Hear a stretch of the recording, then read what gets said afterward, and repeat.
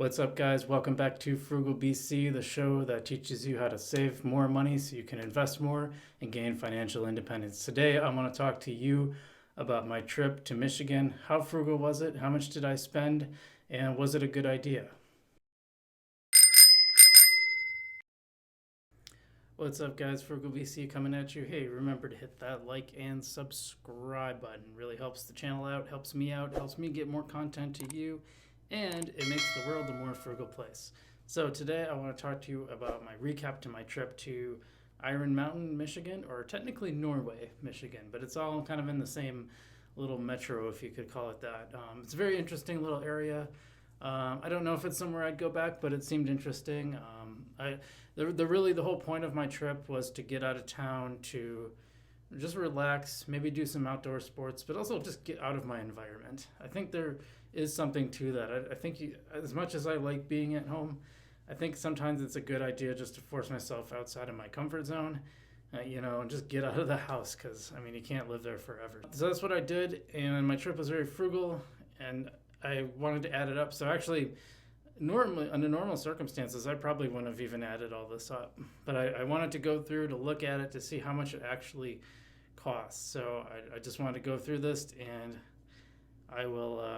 I'll go through it. So the first expense was food, and it's probably one of the things I spent the most money on, and which still is not that much. So I spent $25.65 on 2 DoorDash meals, and part of that is because I signed up for their monthly pass trial, which is free, which means the deliveries are free, and they had a deal that your first 2 orders you get half off. So I thought I'd take advantage of that. I hope that DoorDash takes that one. I hope they don't take that out of the restaurants. I'll be really mad if they take that out of the restaurants because I just would have ignored it if I knew that for sure. Local restaurants are struggling right now. I want to support them. But I only ate 2 meals out. The rest of the time, I brought food with me, and I think I showed you that. I will show you that. Let's see, where's it going to come up? This side. Bing. And how I packed for my trip. But basically, I brought a whole bunch of food along. It's cold in Wisconsin/Michigan, so I could bring refrigerator stuff along just in a bag. I didn't have to worry about covering it or having a cooler or anything. It's a good idea to have that in the summer, though. And I brought nuts, I brought raisins, I brought some tomatoes and little cherry tomatoes, that kind of stuff. I brought oats, which was a bad idea. I didn't bring a bowl. That was very stupid. I should have brought a bowl. I didn't bring silverware either, so one of the things I bought when I got there was actually they make compostable silver plastics. So it's not plastic. I don't know what it's made out of, but it's compostable. So that's pretty not just putting that in forever. So that's great. That'll be useful in future trips. I spent another $17 on food at Target. When I left, I just bought a kombucha. That was sort of just for fun for the road. I bought a thing of yogurt. I can't remember what else I bought. Other odds and ends for food. So I spent that, and I spent about $20 on the supermarket when I was there in Houghton. So that's about 45, 55, 62, about $62 on food overall. It's not bad for about 4 days. And I have a lot of that left. I didn't have to buy yogurt because I had some left before I left, plus the new thing of yogurt. So that'll cover me for another week. And, a lot of that stuff I can keep using, so no big deal. Other than that, so the hotel I stayed at was $218 total. That's for 3 nights, Friday, Saturday, Sunday night. Not the greatest hotel in the world, I'll be honest, but it wasn't bad. It was quiet. That's the most important thing. If a hotel is quiet, I could care less about the rest of it. But it had a hot tub. The jets didn't work in the hot tub, which was kind of a bummer, but it's still nice to have a big thing you can get into, and it's a big pool of water to relax in, especially after skiing. And so that's what the point of my trip was. I went to 2 different places to ski. Interestingly enough, neither of them had actual tracks for classic skiing. So one, I was basically bushwhacking. That was the one I did in town. And the other I went to it was part of the national Nicolet National Forest, which is pretty cool. I always wanted to. I didn't realize it went that far. It actually, I ended up looking up in the map, and it's like there's a big chunk of it on the western side of the state that I was familiar with, but then there's like another little chunk that's also considered part of the national forest that's farther east and kind of in that upper corner by Upper Michigan. So I technically skied in Wisconsin, even though I stayed in Michigan. I thought that was interesting. All the Michigan places were much farther away. But that was it. So the one I did was free. It was just a park, just had. It wasn't even rolled. It was really just bushwhacking on a trail. But I got a good workout, so that was fun. And then the national park, that was like $5. I mean, could I have gotten away with it without paying? Probably, but I want to support what those guys do. I like the park service, and it takes work and takes a lot of money to put that stuff on. So $5 is nothing. I went skiing at home today too to a local park that's free or put money in. I usually put a few bucks in every time I go because I want to help them out. Or once in a while, if I just have a 20, I'll throw the 20 in there and I'll be like, there you go. Now I'm going to ski for a while. So really, and I should add this up. In fact, I will. Hold on. So I just added it up, and the total for my whole trip was $315. So that's a long weekend trip, and the biggest chunk of that is the stay. So even if I stayed in a tent or something up there, I could really travel on the cheap. Oh, I didn't mention it, but I figured about $30 in gas because it was about a tank and a half, I would say.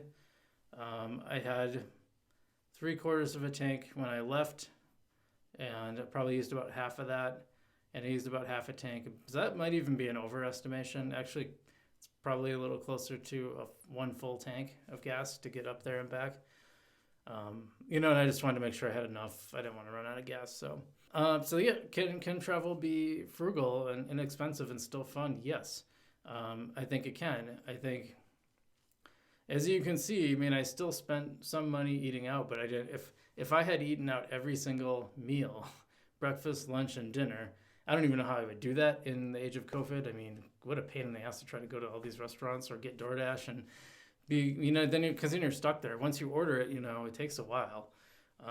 So it's not, if you had to do that for every meal, you'd basically be spending most of your time waiting for food and ordering and eating. And I just don't see the fun in that. I think it's perfectly fine to bring your own food along or even stop at some of the food I just bought like microwavable dinners and I heated them up in the hotel room. Like that plus, I'd throw an orange and maybe some nuts on the side and boom, you got a meal.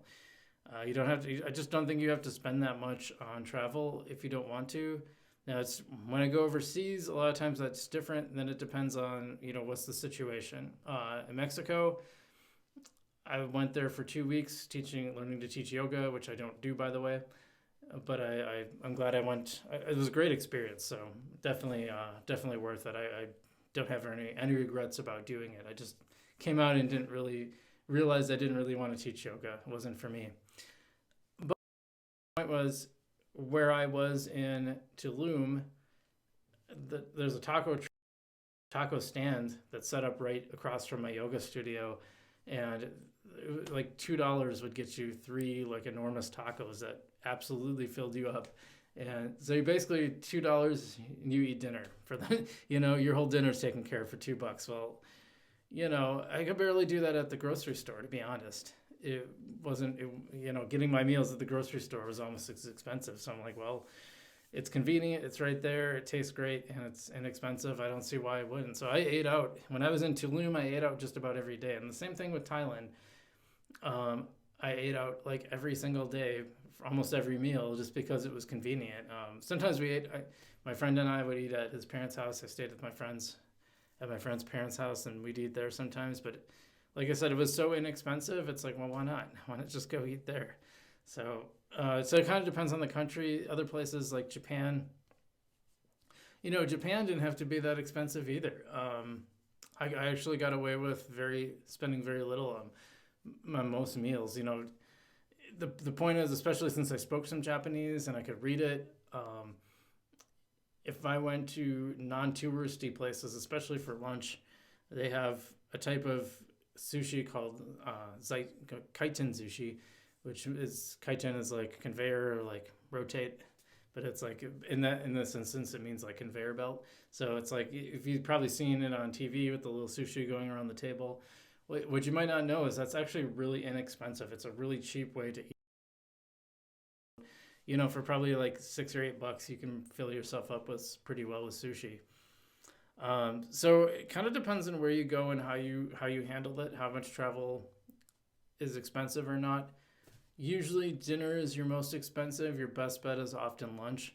Now some places like when I went to Seattle, I just got bored, so I ate out a lot. Because I'm like I didn't plan my trip very well, and well that's a whole other story. But basically, I spent probably way more than I should have eating out. But that's okay. It's okay to let loose a little when you're traveling. I'm not trying to tell people, hey, you know, pinch every penny trip, because you should enjoy it and you should have fun. That's the point. But I don't always think you need to eat out all the time. Like I don't feel like I have to. So